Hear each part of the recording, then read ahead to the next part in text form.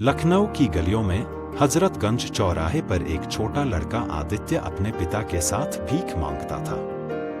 उसकी उम्र कोई 12 साल रही होगी, मगर आंखों में उम्र से बड़ा सपना था।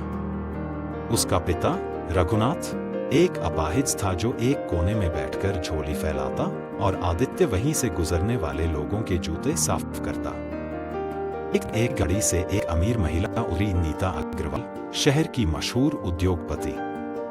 आदित्य ने उसकी तरफ बढ़कर कहा, मैडम, जूते साफ कर दूं? नीता ने नीचे देखा, हंसी और बोली, तू भिखारी का बेटा है, जूते क्या जिंदगी भी कभी चमका पाएगा?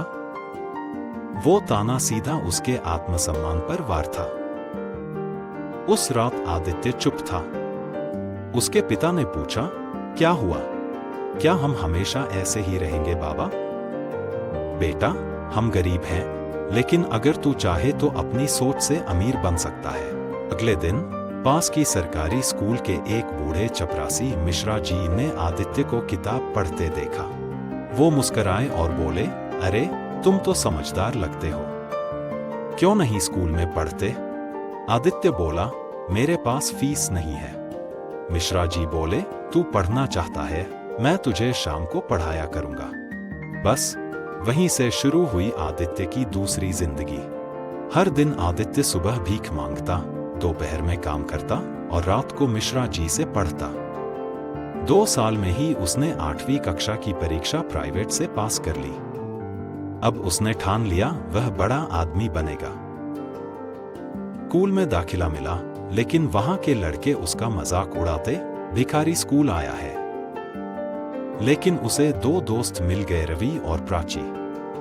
उन्होंने उसका साथ दिया, किताबें दी और हिम्मत भी। आदित्य को इंजीनियर बनना था। 12वीं के बाद उसने IIT की तैयारी शुरू की। लेकिन अब संघर्ष और बड़ा था, भूख, बिजली का न होना, पिता की बीमारी। एक रात उसने खुद से कहा, सोच बदलो, इरादे नहीं। नीता मैडम की वो बात मुझे अब मंजिल तक पहुंचाएगी। IIT की परीक्षा का दिन था। परीक्षा केंद्र जाते समय उसका पिता बेहोश हो गया।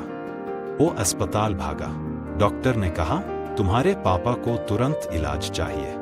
उसने अस्पताल की गेट पर खड़ा होकर 4 घंटे तक लोगों से मदद मांगी और फिर पापा को भर्ती करवाकर सीधा परीक्षा देने गया। रिजल्ट आया, आदित्य ने ऑल इंडिया रैंक 179 हासिल की थी। पूरा लखनऊ उसके जज्बे की तारीफ कर रहा था। एक चैनल ने उस पर स्टोरी चलाई, भिखारी का बेटा बना इंजीनियर, सोच बदली, इरादा नहीं। IIT से पास होकर आदित्य ने स्टार्टअप शुरू किया, राइज फ्रॉम स्ट्रीट्स, जो गरीब बच्चों को मुफ्त शिक्षा और डिजिटल स्किल्स देता था। धीरे धीरे उसकी कंपनी करोड़ों में पहुंच गई।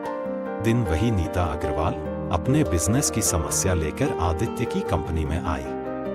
आदित्य ने कहा, मैडम, याद है आपने क्या कहा था? वो झेंप गई, माफी चाहती हूं बेटा, तुमने तो कमाल कर दिया।